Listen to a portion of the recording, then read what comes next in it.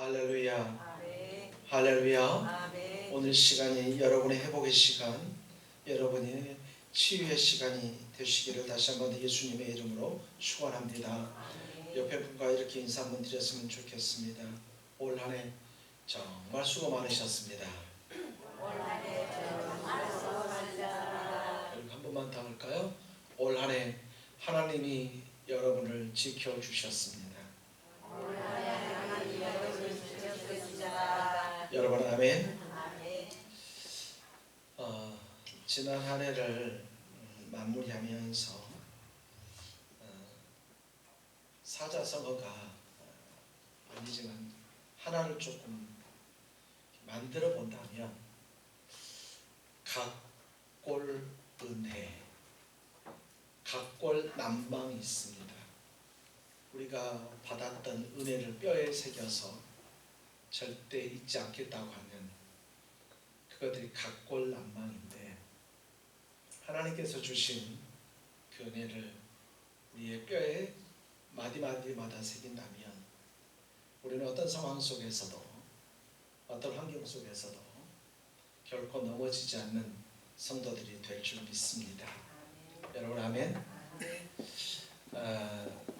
날씨가 추워지니까 계속해서 뉴스와 또 일기예보를 하는 캐스터들이 넘어지지 않게 조심해라 계속 그 말씀을 하십니다. 그러면서 하는 말이, 연세가 되신 분들은 골다공증이 있기 때문에 절대 넘어지면 안 된다. 그렇기 때문에 반드시 조심하라. 어디 길을 걸을 때 주머니에 손 놓지 말고 장갑을 끼고 다니시고, 미끄러운 길은 아예 가지 마라. 이렇게 말씀들 하십니다. 그나마 우리 동네는 눈이 와서 잘 얼지 않습니다만, 서울이나 저기 강원도 쪽에 가면 요즘에 그런 것이 유행이라고 하는데, 일반 우리 구두나 신발에 옛날 등산할 때, 얼음 등산할 때 사람들이 썼던 자이젠이라는 것이 있나 봐요. 그걸 붙여가지고 어디 미끄러운 길 갈 때 그렇게 종종 걸으라고 한다고 합니다. 골다공증은 우리가 잘 알고 있는 것처럼 뼈에 구멍이 이렇게 숭숭숭 이렇게 뚫려 있는 겁니다. 그래서 조금만 다쳐도 뼈가 부러지고 그렇게 한다고 합니다. 그래서 우유를 많이 드시고, 우리 옛날에 저희 모치는 미륵국 많이 먹어라, 미륵국 이제 그러셨거든요.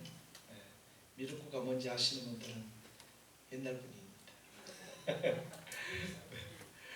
멸치를 어머니가 그렇게 많이 먹어야 튼튼해진다 이렇게 말도 하고 이렇게 했는데, 넘어져서 뼈가 부러지지 않으려면 칼슘들을 이렇게 많이 드셔야 된다고 합니다. 우리 성도들이 인생을 살다가 보면 고난이 어떻게 없을 수가 있겠습니까? 한 해가 가면 갈수록 우리들 마음속에 차오르는 것이 희망이고 감사고 소망이고 능력이면 얼마나 좋겠습니까? 그렇게 살아가려고 결단을 하지만 때로는 우리에게 오는 좌절들이 있습니다. 때로는 아픔들이 있습니다. 마치 그것이 우리 성도들의 삶을 든든히 지켜주는 그 뼈에 구멍을 숭숭숭 내버리는 것 같습니다. 그래서 어쩌다가 큰 고난이 와서 넘어지면 도무지 일어날 수 없을 것 같은 슬픔과 절망, 아픔이 찾아올 때가 있습니다. 어떻게 해야 될까? 혹시 여러분 지난 한 해가 2024년 올 한 해가 혹시 여러분에게 그런 한 해였다면, 여러분 오늘 시간 이 말씀을 통해서 우리 다시 한번 새 힘을 받기를 소망합니다. 아멘. 어떻게 하면 튼튼해질까? 우리 성도들의 삶에, 우리 성도들의 결단에 구멍이 숭숭숭 나 있는데 거기가 어떻게 하면 메꿔지고, 아무리 넘어지고 또 넘어지고 자빠져도 결코 부러지지 않고 하나님 앞에 설 수 있을까? 오늘 시간 여러분의 공허한 심령, 상처받은 심령, 어떻게 해야 될지 모르는 그 연약함 속에 하나님께서 주신 은혜가, 하나님께서 주신 그 은혜의 감사가 그 빈자리를 다 채움으로 어떤 상황에서든지 끝까지 힘내고 견뎌내는 우리 믿음의 성도들이 다 되어지시기를 예수님의 이름으로 축원합니다. 기쁨과 감사가 넘치는 날이 있을 수 있습니다. 그리고 그런 날만 있었으면 좋겠습니다. 그런데 슬픔과 고난 속에서 눈물로 밤을 지새우는 날도 있을 수 있습니다. 전에는 안 그랬는데 최근 전에 여러분, 제가 가끔 깊은 한숨을 쉴 때가 있습니다. 별다른 뭐 큰일이 있어서 그런 건 아니에요. 깊은 한숨을 쉴 때가 있습니다. 그러면 주변에서 얘기합니다. 무슨 일이 있냐고, 왜 그렇게 한숨을 깊이 쉬냐고. 그래서 아니 한번 호흡을 그렇게 해봤어. 그렇게 얘기합니다. 그러나 때로는 정말 깊은 한숨이 나올 때도 사실 없지 않아 있을 때가 있습니다. 한 해를 이렇게 일기장을 이렇게 써가다 보면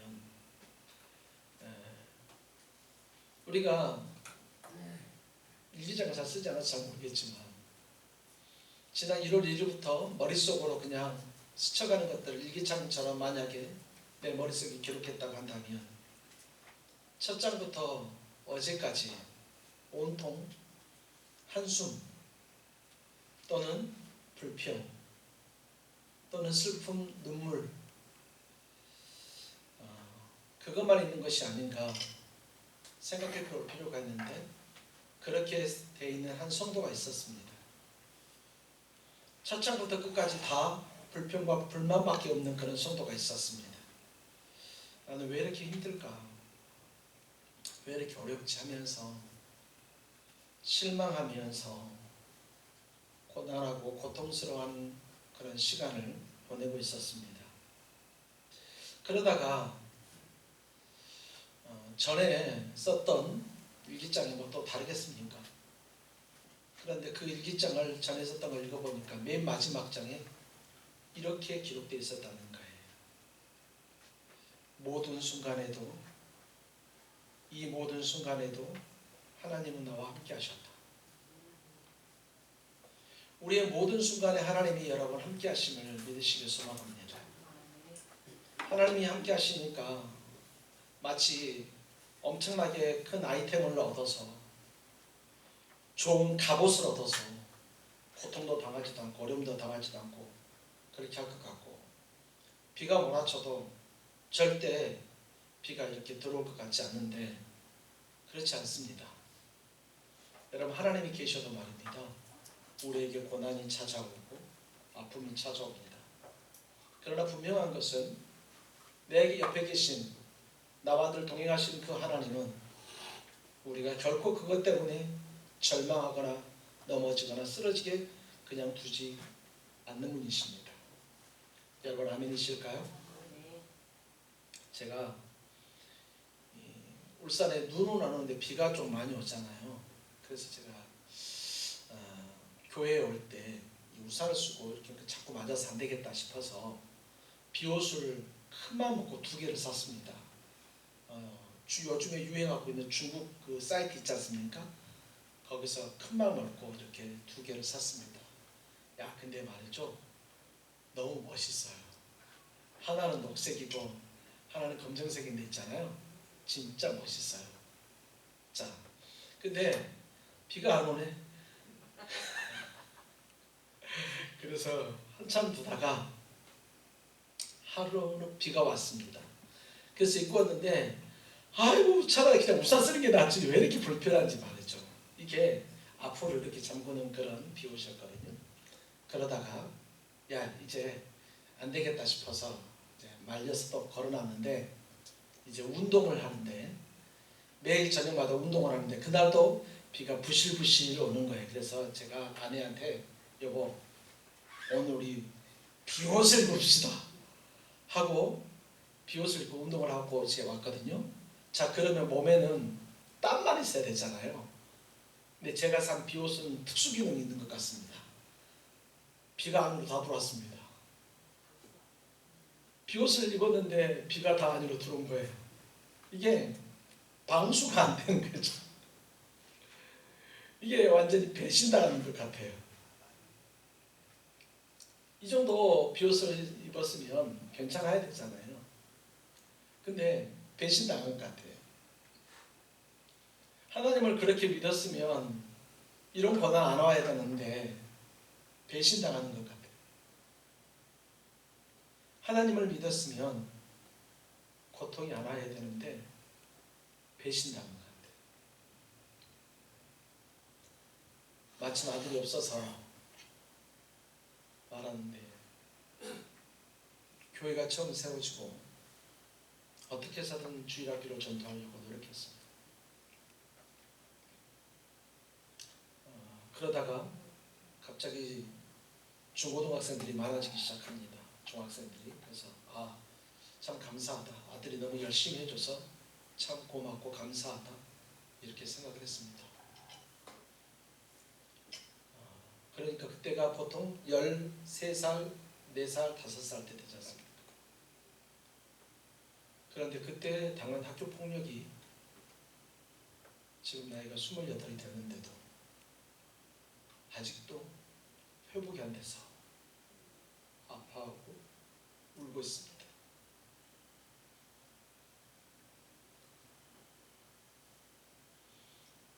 교회 전도해야 된다고 해서 때려도 또는 왕따를 시켜도 참고 교회로 데려왔다고 합니다. 그걸 몰랐던 때는 참 고맙고 기특하다 이랬는데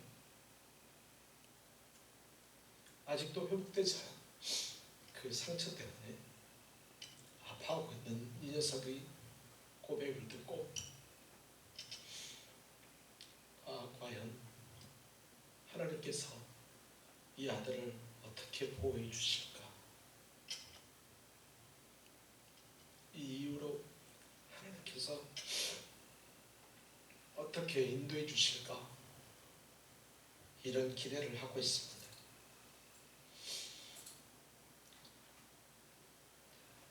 우리가 인생을 살아가다 보면 가장 결정적인 순간에 하필이면 그때 하나님께서 계시지 않은 것 같을 때가 있습니다. 한 집사님이 중국에 가서 너무 헌신적으로 열심히 사역을 했습니다.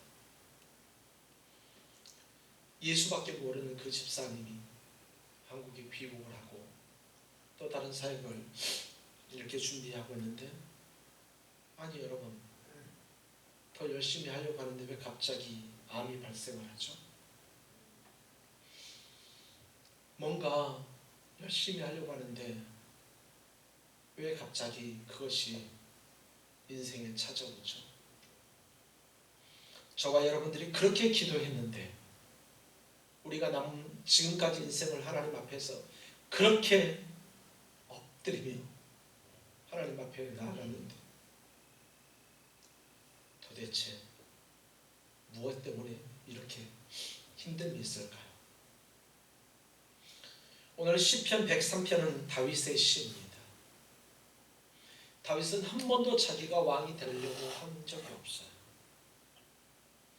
다윗은 한 번도 자기가 뭔가를 하려고 한 적이 없어요. 그런데 하나님께서 일방적으로 그에게 오셔서 사무엘을 통해서 기름을 부으셨어요. 다윗은 한 번도 그가 뭔가를 하려고 하지 않았고 하나님께서 그를 부르셨어요. 우리는 이것을 소명이라고 합니다.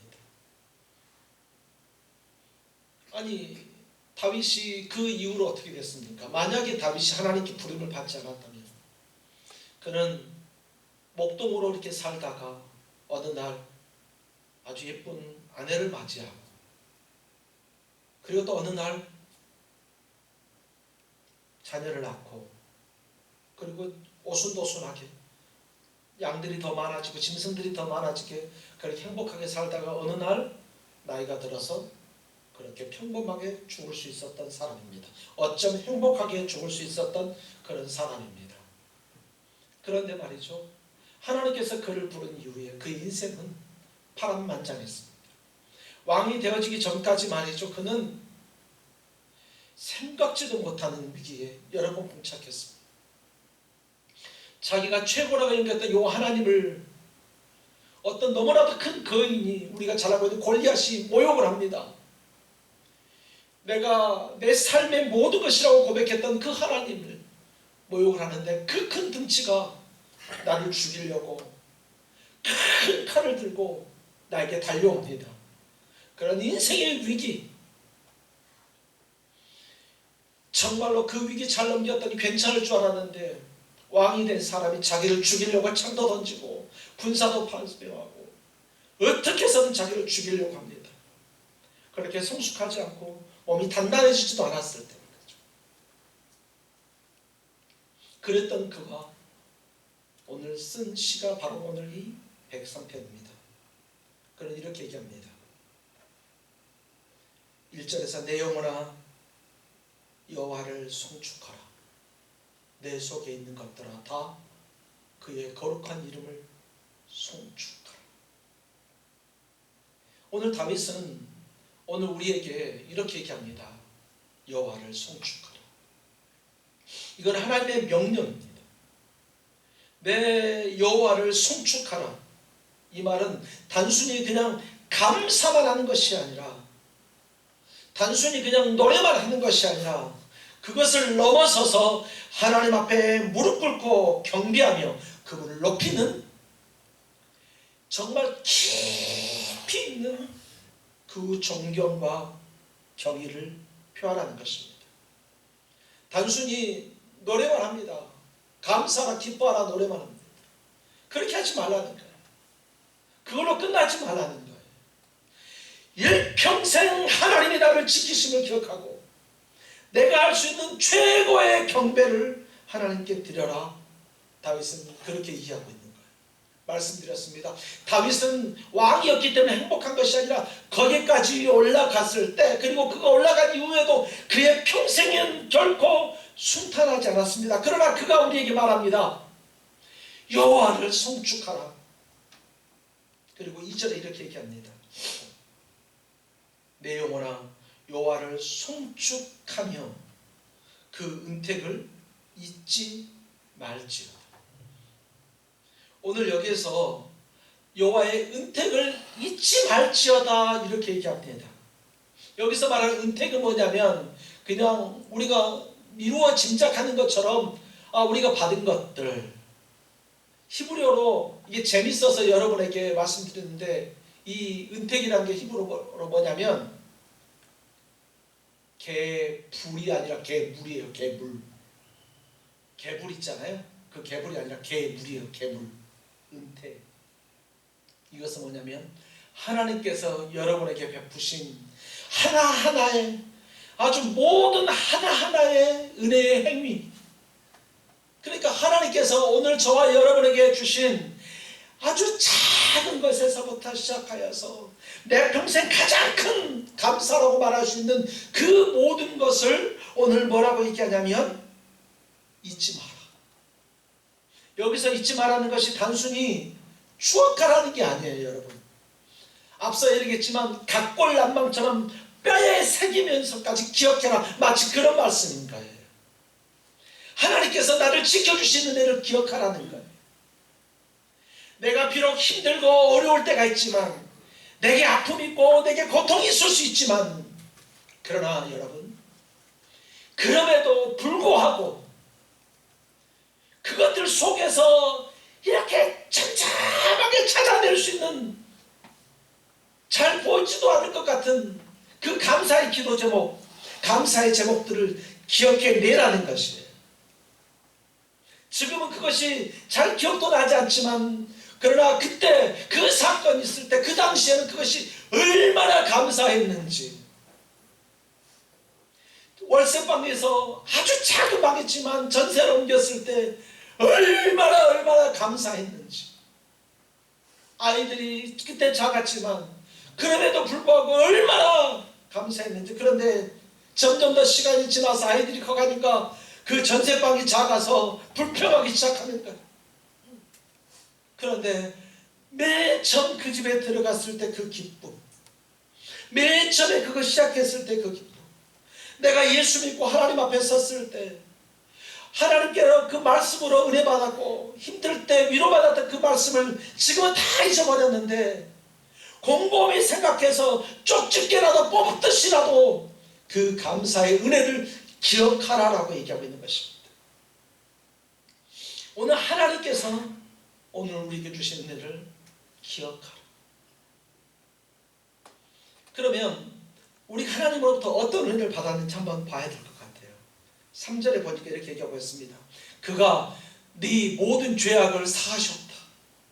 여러분, 주님은 우리의 모든 죄를 사하셨습니다. 여러분 아멘? 여러분 아멘? 여기서 사하다. 여러분, 우리 종이 같은 거를 이렇게 불로 이렇게 딱 치면 야, 불살랐네 이렇게 얘기하지 않습니까? 이 마치 또 히브리어가 또 비슷해요. 사하다 비슷한 뜻이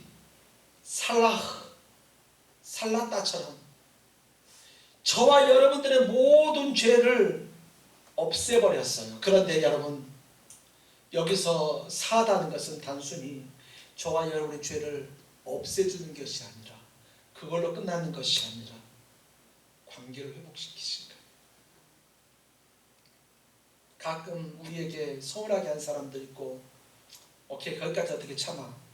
근데 나에게 원수진 일 있는 사람이 있을 수 있어요. 그런데 그리스도의 사랑을 가지고 내가 용서는 할 수 있어. 관계는 회복 잘 안 되잖아요. 억지로 목사님이 자꾸 설교하면서 용서하라고 하니까 안 되지만 눈물 흘리면서 용서할 수는 있어. 근데 관계는 회복되지 않잖아요. 여기서 죄를 사해 주신다는 것은 어떤 의미냐면 단순히 우리의 죄만 없애주는 것이 아니라 관계까지 회복시켜 주시는 거예요. 하나님은 저와 여러분들이 죄 지었을 때 우리의 죄를 사해 주시는 것으로 끝나는 것이 아니라, 그래도 너는 내 새끼야. 네가 아무리 내게 잘못을 하고 죄를 졌다 할지라도 너는 내 자식이야. 너는 내 거야. 너와 나는 절대 끊을 수 없어. 마치 하나님께서 그렇게 주신다는 거예요. 여러분, 이 사실을 기억하기를 소망합니다. 그러므로 여러분, 죄책감에 시달리지 마세요. 과거에 지었던 죄책감 때문에 시달릴 필요 없어요. 과거에 있던 아픔 때문에 시달릴 필요 없어요. 왜냐하면 하나님은 단순히 그래 너 죄 없어 그걸로 끝나는 것이 아니라 여전히 너는 내 아들이야. 네가 그렇게 했다는 건 나 이제 기억도 나지 않아. 이제 나 생각도 나지도 않아. 너는 내 아들이야. 너는 내 새끼야.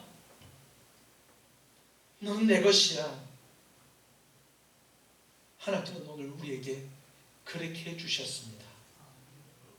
여러분, 이것 때문에 하나님 앞에 감사하는 우리 사랑하는 성도들이 되시기를 예수님의 이름으로 축원합니다. 계속해서 이렇게 얘기합니다. 네 모든 병을 고치시며, 3절에 네 모든 병을 고치시며, 하나님께서는 주님께서 우리 병을 고치셨다니까요. 병은 육체의 병만을 말하는 것이 아니라 상처와 저 마음속에는 영혼의 아픔까지도 하나님께서는 치유하셨다는 것입니다. 하나님께서 우리 육체의 고통도 치유하십니다. 하지만 내면 깊이 저 속에 숨어있는 상처까지도 치유하신다는 거예요. 여러분 앞에 아직도 회복되지 않은 상처가 있습니까? 하나님 앞에 엎드리십시오. 하나님 앞에 기도하십시오. 하나님께서 만지시면 치료가 됩니다. 하나님께서 붙들어 주시면 치료가 되어지는 것입니다. 우리의 고통을 주님께 맡기십시오. 우리의 약함을 주님께 맡기십시오. 우리의 연약함을 아버지 앞에 맡기십시오. 그 하나님께서 여러분을 치료해 주실 줄 믿습니다. 많은 목사님들이 고통스러워하는 경우가 있습니다. 많은 선교사들도, 많은 또 선교사님 그 사모님들도 고통스러워하는 경우가 있습니다. 뿐만 아니라 많은 성도들이 고통스러워하는 경우가 있습니다. 많은 사람들이 고통스러워하는 경우가 있습니다. 무엇인가? 과거의 상처예요. 과거의 아픔이에요. 엄마는 그때 나한테 왜 그랬어? 아빠는 나한테 그때 왜 그랬어? 내 친구들은 또 왜 그랬어? 성도님들은 그 집사람한테 그때 왜 그랬어? 이런 것들이 조용히 내 마음속에 못처럼 여기저기 박혀 있습니다. 그리고 내가 기도하니까 그 못이 다 빠진 것 같아서 이제 신앙생활 잘할 수 있겠다 싶었는데 못이 빠진 이후에 흉터는 아직도 지워지지 않았을 수 있습니다. 여러분 어떻게 지워야 될까요? 성령 하나님이 지워주셔야 됩니다. 근데 성령 하나님께서는 단순히 지우개로 지우지 않습니다. 못자국 난 그곳에 그리스도의 사랑을 대신 채워줍니다. 우리의 상처난 심령이 그냥 마데카소로 발라가지고 아예 없어져 버리는 것이 아니라 흔적이 되게 두시되 그 흔적 안에 예수의 사랑으로 메꿔주십니다. 힘들고 어려워서 내가 고통스럽지만 예수의 사랑이 그 속을 메꿔주신다는 것입니다. 하나님은 우리의 병을 고쳐주셨습니다. 하나님은 우리의 병을 고쳐주실 줄 믿습니다. 여러분들 매일매일 기도하면서 우리를 치료하시는 하나님을 만나시고 치료하신 하나님을 경험하는 우리 사랑하는 성도들이 되기를 소망합니다. 4절에 보니까 하나님이 우리에게 어떤 것을 해주셔서 우리가 또 감사해야 되느냐. 네 생명을 파멸해서 속량하시고 이에게는 생명을 구속하셨던 것을 감사한다는 거예요. 생명을 살려주신 것에 대해서 감사하다는 거예요. 하나님 우리를 죄와 죽음의 사슬에서 해방시켜 주셨습니다. 하나님께서 우리의 삶에 한없이 무너지는 그 무너져 내리는 바로 그것에서 우리를 지켜주시고 건져주셨습니다. 하나님은 절망 가운데 있는 성도들을 새롭게 하시는 분이십니다. 삶의 가장 어두운 순간에도 여러분 하나님을 소망 두시는 우리 사랑하는 성도들이 다 되어주시기를 소망합니다. 계속 4절 보니까 인자와 긍휼로 간을 씌우셨다 이렇게 얘기합니다. 인자는 우리가 자주 들었던 헤세드 그 사랑을 얘기합니다. 근데 단순한 사랑이 아니라 변치 않는 언약적인 영원한 사랑을 얘기하는 거예요. 한번 잠시 사랑했다가 삐져가지고 그 다음부터 사랑하지 않는 그런 거 말고 사랑하긴 했는데 진짜야? 그런 거 말고 내 아내를 너무너무 사랑해서 항상 팔짱 끼고 돌아다니다 하다가 옆에 이영애 가니까 갑자기 보면서 이렇게 하는 그런 사랑 말고 하나님께서 우리를 사랑하는 사랑은 단 한 번도 변하지 않는 그 사랑 그리고 그 긍휼 정말 깊이 나를 공감해 주시는 바로 그 긍휼로 관을 씌우셨다. 그 얘기는 그것으로 우리와 함께 하셨다. 때로 우리가 실패하고 넘어질지라도 하나님은 우리를 여전히 사랑하십니다. 그분의 긍휼로 우리를 감싸 주십니다. 하루를 시작하면서 여러분 또는 하루를 지내면서 매일매일의 삶을 걸어가면서 하나님 은혜를 기억하는 여러분 되기를 예수님의 이름으로 축원합니다. 우리가 눈길을 걸으면 앞사람이 걷는 발걸음이 있어요. 그거 보면서 내 뒤에도 발자국이 생기겠다 이렇게 생기게 됩니다. 여러분이 지나간 발자국이 바로 하나님의 은혜의 발자국입니다. 5절에 보니까 좋은 곳으로 내 소원을 만족하게 하사 얘기합니다. 여러분 하나님은 우리에게 꼭 필요한 것을 알고 계십니다. 하나님은 우리에게 꼭 필요한 것을 채워주실 줄 믿습니다. 당장 여러분에게 부족한 것이 있을 수 있습니다. 여러분 뭐가 부족하세요? 돈. 왜 돈은 항상 부족하죠? 혹시 남으면 여러분 좀 주세요. 여러분에게 부족한 것이 또 뭐가 있습니까? 건강. 또 여러분에게 부족한 것이 뭐가 있습니까? 집에 남편은 없고 원수만 있어.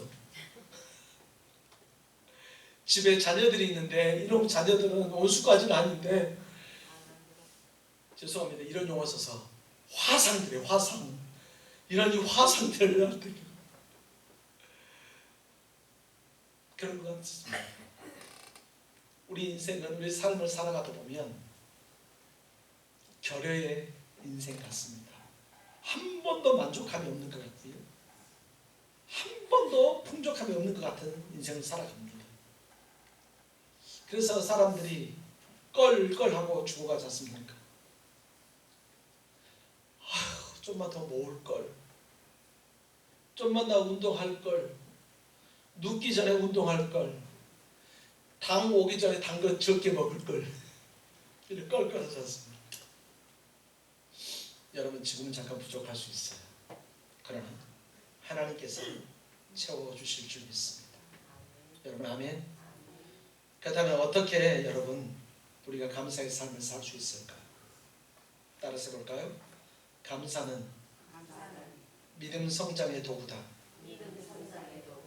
여러분 감사해 보십시오. 감사하면 여러분의 믿음이 올라갈 것입니다. 오늘 여러분에게 믿음 정산서를, 감사 정산서를 제가 하나씩 나눠드렸는데 여러분 다 갖고 계시죠?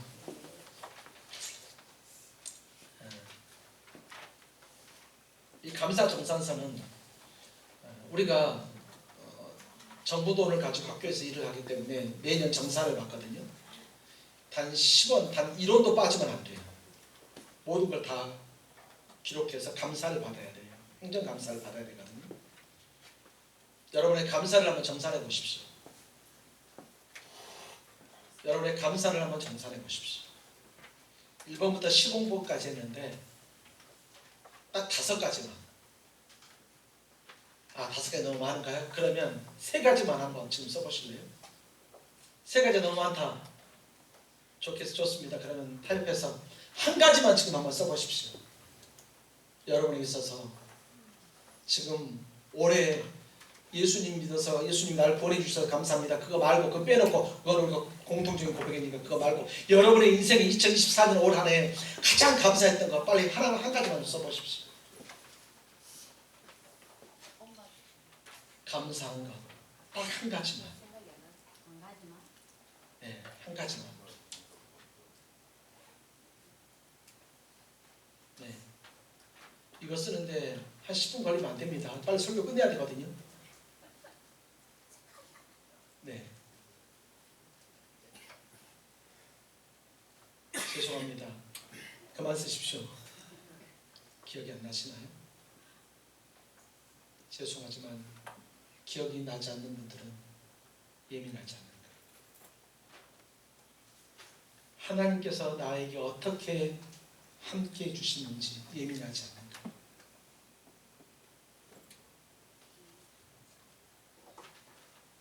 여러분, 우리는 기억하지 않아도 괜찮은 것처럼 그냥 지나갔어요. 저희 학교에서 정산 쓰다가 잘못 쓰면 교도소 가요. 하나도 잘못된 게 옷 잘못 사용하면 그렇게 돼요. 성도 여러분, 하나님 앞에 감사하십시오. 오늘 여러분이 나눠드린 용지를 가지고 가서 딱 15개입니다. 집에 가서 꼭 기록해 보십시오. 잊지 말고 아주 아무 생각 안 난다. 매일 잘 싸게 해주셔서 감사합니다. 그러십시오. 얼마나 감사합니까? 그거 못 사서 병원에 가서 응급실에 가가지고 말이죠. 치료받는 사람도 있습니다. 도저히 기억이 안 나면 말할 수 있어서 감사합니다. 기도하십시오. 쓰십시오. 대만에 지금 신영래 선교사님은 성대 수술을 받아서 3개월간 거의 말을 못합니다. 두 번째로, 감사는 예배의 본질입니다. 감사는 예배의 시작이자 중심입니다. 감사한다고 한 사람은 예배 제대로 드려야 돼요. 내가 감사하다고 하면서 예배 제대로 드리지 않는 사람은 죄송합니다. 조금만 극단적인 용어를 써도 용서해 주십시오. 하나님 앞에 감사하지 않는 사람이에요. 감사하는 마음은 하나님께 온전히 찬양을 드릴 수 있습니다. 세 번째로 감사는 지속적인 결단입니다. 지금 비록 힘들어도 어려워도 여러분 끝까지 결단하십시오. 나는 왜 이렇게 감사 못하지? 왜 이렇게 다 잊어버렸지? 괜찮다니까. 지금 기억해내시면 된다니까요. 내가 감사하지 않았다고 해서 하나님이 떠나가지 않으세요. 내 곁에 계세요.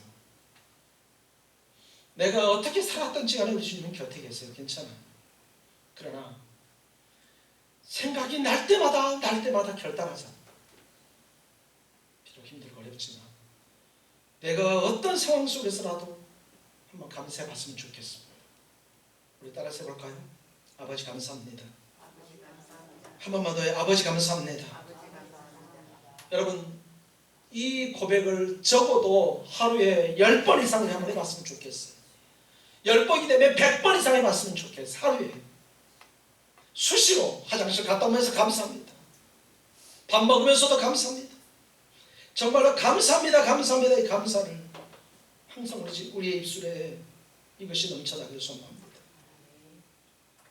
여러분 걱정하거나 염려하지 마십시오. 자녀에게 있는 상처 우리가 해줄 수 없어요. 성도들이 가장 착각하는 것 중에 하나가 뭐냐? 내가 다른 사람에게 격려의 말을 하면 내 말을 듣고 그가 회복될 것이다. 그렇지 않아요. 성령께서 치료해 주셔야 돼요. 하나님께서 치료해 주시는 거예요. 하나님께서 고쳐주시는 거예요. 하나님께서 회복시켜 주시는 거예요. 그러므로 여러분 절망하거나 낙심하지 마십시오. 다른 사람이 말해주지 않는다고 해서 소외받았다고 생각하지 마십시오. 여러분들 여전히 하나님의 관심 대상입니다. 여전히 하나님은 여러분과 함께 계십니다. 끝까지 믿고 하나님 앞에 항상 감사하는 우리 사랑하는 모든 성도들이 다 되어주시기를 예수님의 이름으로 축원합니다. 이 시간 같이 한번 기도 한번 드릴까요?